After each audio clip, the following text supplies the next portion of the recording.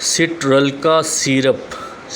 का syrup liquid, इसके बारे में बात करते हैं। इंग्रेडिएंट इसमें डाइसोडियम हाइड्रोजन सिट्रेट लिक्विड है, ये 120 ml लिक्विड है और 61 इसकी प्राइस है।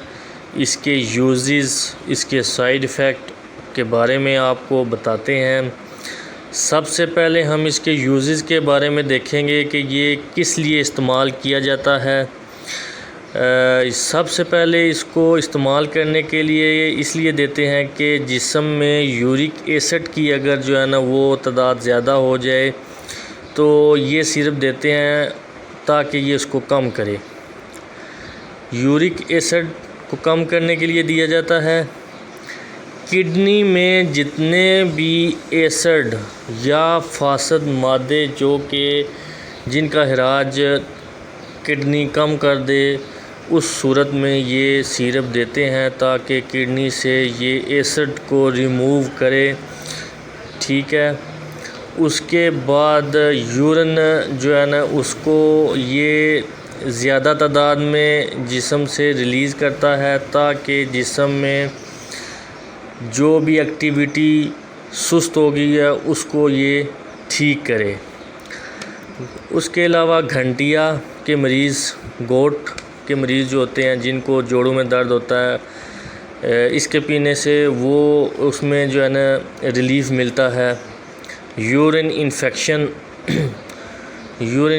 हो जाए उसके लिए, स्टोन, गुर्दे में पथरी जो है ना वो हो जाए या पथरी की वजह से यूरिन में कमी आ जाए या यूरिन ठीक से रिलीज़ ना हो तो भी आप ये सिरप उसको पेशेंट को जो है ना दे सकते हैं।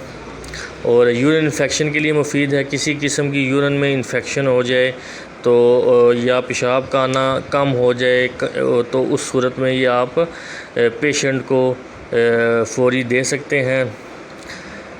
उसके अलावा यूरिन की कमी, डिहाइड्रेशन अगर हो जाए, पेशेंट को यूरिन कम आए किसी वजह से, तो उस सूरत में भी आप ये पेशेंट को जो है ना वो दे सकते हैं। 2 चमचे 2 स्पून तकरीबन 1 कप या आधा गिलास पानी उसमें मिला के जो है ना आप ये दे सकते हैं पेशेंट को। साइड इफ़ेक्ट की अगर हम इसकी बात करें तो साइड इफ़ेक्ट में nausea, vomiting, headache, allergy patient जो है ना वो नहीं इस्तेमाल कर सकते। स्टोमिक अल्सर जिनको है वो प्रेग्नेंट वूमेन जो डॉक्टर की हिदायत के मुताबिक इस्तेमाल करें, और शुगर पेशेंट जो हैं वो भी डॉक्टर के हदायत के मुताबिक इसको इस्तेमाल करें। इसके अलावा रेनल फंक्शन फेलियर, जो गुर्दे के जो है ना फेलियर पेशेंट हैं, वो लीवर के जो पेशेंट है वो जो अपने हार्ट के पेशेंट जो है ना वो अपने डॉक्टर के मशवरे के मुताबिक इस सिरप को इस्तेमाल करें।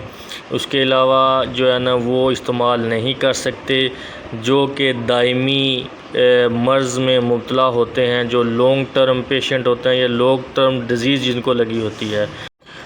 Thank you for watching.